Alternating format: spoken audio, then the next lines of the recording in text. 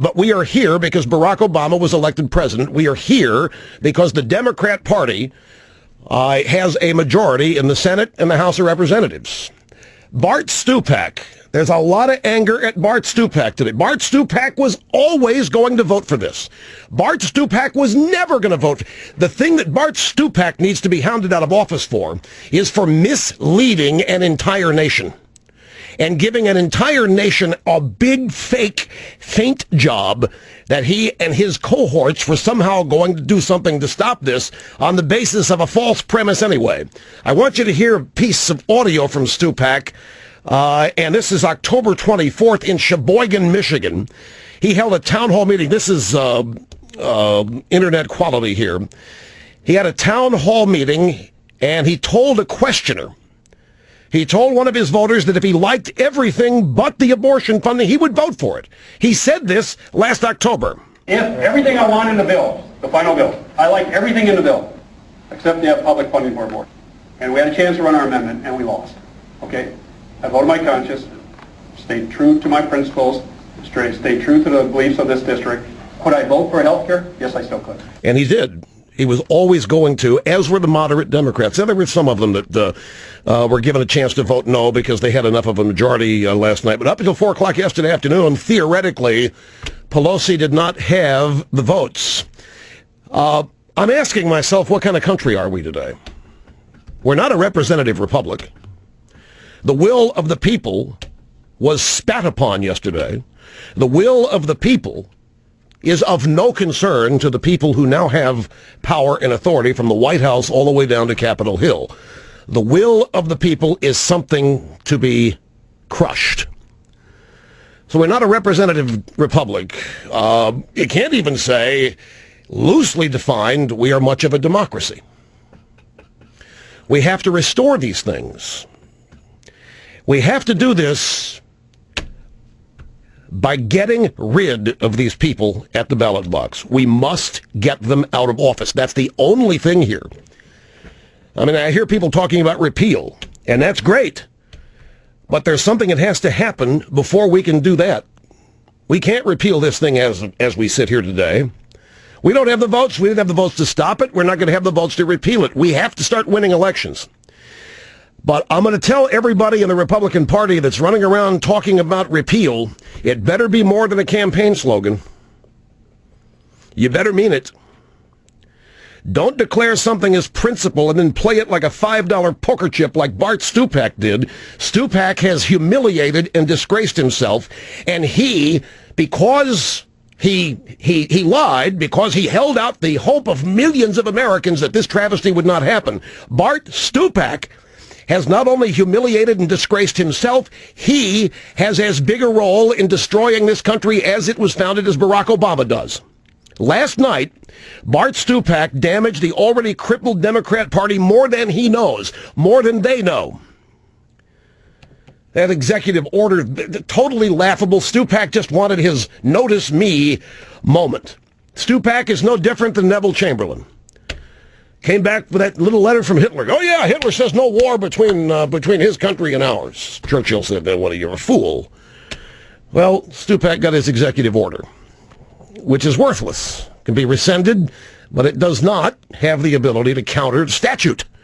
So whatever's in the Senate bill, and there is federal funding for abortion in the bill, and folks, make no question, the lies that we have been told about what's in this bill, what's not in this bill, it is an utter disaster. And if you want, we can spend some time today going through some of these individual items, which we've been doing for a year and a half. The point is, the American people have awakened, and they finally have seen what statists look like and what they do and how they act.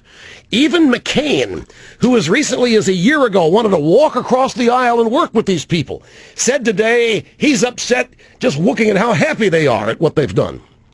Of course, it need not have happened had we... Well, I don't even want to go... Focusing on the past is only relevant in terms of how we learn from it and not make the same mistakes in the future. So, yep, we repeal. Fine and dandy. And we take these lawsuits. These lawsuits are an uphill climb. And then, you know, we can't rely on lawsuits to win the day. I mean, they need to be filed and they need to be argued, and we need to push back in every direction. But the focus has to be on defeating Democrats in November in these midterm elections. We have the people, we have the intellectual arguments, we have the common sense arguments, we have history, but they won yesterday. They won because they held Congress and the presidency. And therein lies the lesson. We need to defeat these bastards. We need to wipe them out. We need to chase them out of town. But we need to do more than that. We need to elect conservatives. If there are Republican primaries, elect conservatives. And then defeat the Democrats, every last one of them. And then we start the repeal process. And by repeal, I mean use every single legislative and bureaucratic tactic we can muster to obstruct, derail, and defeat them. Just saying repeal does not make it happen. We're going to have to turn out en masse in November and stop these people. As you have seen, the law will not stop them. The Constitution will not stop them. Hoping that they will do the right thing will not stop them, because their definition of the right thing has nothing in common with ours. They must, my friends, be hounded out of office. Every single Democrat who voted for this needs to know, safe district or not, they are going to be exposed and hassled and chased from office. We now have leftist radicals in charge of your health care decisions rather than doctors. I got up today and we're hanging by a thread, and there's a difficult balancing act on this program today. Dealing with the reality of what has happened, which can't be candy-coated with the need to fight on. And the need to fight on and the urging to fight on must have some substance to it and not just be rhetoric and language and lingo. It has to have some substance behind it.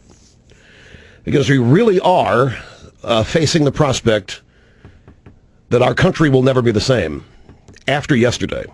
If this stands, it will never be the same.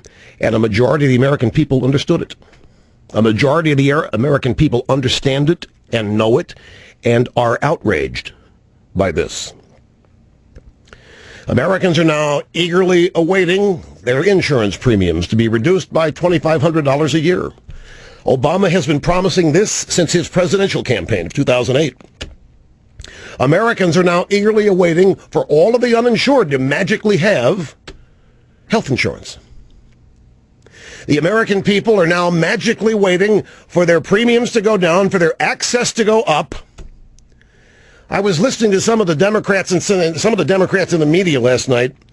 Juan Williams on Fox, they were just excited. Oh my God, this is so wonderful. It's so wonderful. No more pre-existing condition, no more pre-existing condition. Everybody gets insurance. And I'm saying, does anybody not understand economics here?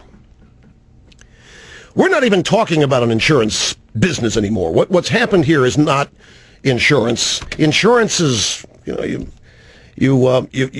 insure yourself against a catastrophe, something that might happen to wipe you out. This is not insurance. This is simply the insurance companies being captivated or taken over by the government and having their behavior mandated for the express purpose of putting them out of business.